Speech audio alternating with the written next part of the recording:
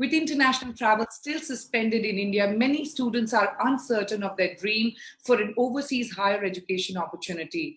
In fact, according to UNESCO, over 3 lakh Indian students as of March 2019 are pursuing courses in foreign countries. Now, to discuss the road ahead for students who are planning to study abroad, as well as students who had to return mid-course due to the outbreak of COVID-19, joining me now is Ravneet Pahwa, who's the Global Deputy Vice President and CEO South Asia of Deakin University, Australia. Ravneet, many thanks for joining us on CNBC TV 18 today. There is an uncertainty related to when students can travel back. My first question to you is, what should they do? Should they immediately travel back once flight operations resume, or should they defer the admission by another year? So thanks, Shruti. I think the first point that comes to my mind is that perhaps one needs to think about and defer. Because right now, if you look at Australia, the next session starting in Australia is in July. And that's really, Australia is not open, India is not open yet for international travel. So students are unable to travel. They will have to defer. If you look at the US and UK, the session is going to start in September. And it is unlikely that the September will start on campus. In all probability, it will start online for the time being. And if they have to start online, my recommendation is that they should do it from their home country. So you might as well start online in your home country and then transfer as soon as the borders open and you're able to get on campus. Interestingly, you spoke about online, and given the escalating circumstances related to COVID-19, many universities have, shifted campus teaching online. A lot of online courses are now available. But, are these online courses are good enough, or, will they bridge that gap when it comes to getting evaluated by other universities or even, future employers? Let me answer this question in two ways. If you had asked me the same question 5 years back, I perhaps would have said differently, because by then, the technology was not so, well sorted, and also the understanding of what online means was not very clear.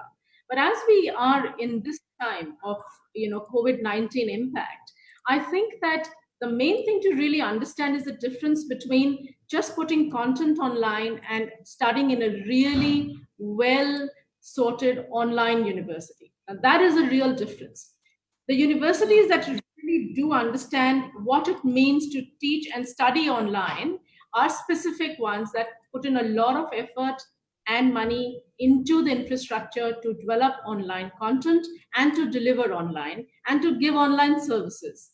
To me, that is the important bit. There may be a lot of universities that might just be putting content online and call it an online. That I don't think will have much value for the students, because you can't really study with that kind of a background.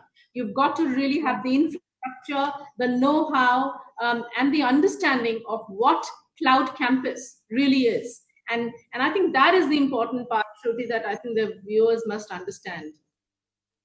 Yeah, very interesting point you made. And, so my next question actually was how universities really planning to normalize curriculum. Like you said, just posting content online will not work. So how should universities, in fact, really plan their curriculum? How should they make it normal? See, the new normal, let me just say, the new normal is going to be blended. So even post-COVID, as we, start thinking about what a real campus looks like, it is not going to be the same old 300 students stuck in a classroom or stuck in a lecture theater. That's not going to happen, given the social distancing and various other things that will come into play. The new normal is going to be blended learning. I think universities first have to understand that they must put this out very clearly to students, both domestic and international, that it is going to be a different world. That's the first thing. The second thing I think really is to understand what pedagogy is going to be used to make it really, really interesting, engaging, and connecting to the user if you are going to be using a blended model of teaching and learning. I think I have my 7 pointers, Shruti, that people must think about when they think about online learning. The first is that Just pure online is not good enough. It'll have to be blended. So when I say blended, means that people will do some bit on campus, some bit online, and some bit in their own time, some bit through tutorials. That's how the mix has to be well sort of structured. So that's the first point, right? The second point is the pedagogy that goes into creating the content. We have to understand that the user is going to be at a distance and may or may not be able to interact with the lecturer in real time or face to face. So that is a second point. The whole pedagogy of what blended learning means is the second thing that institutions worry about. The third is the content.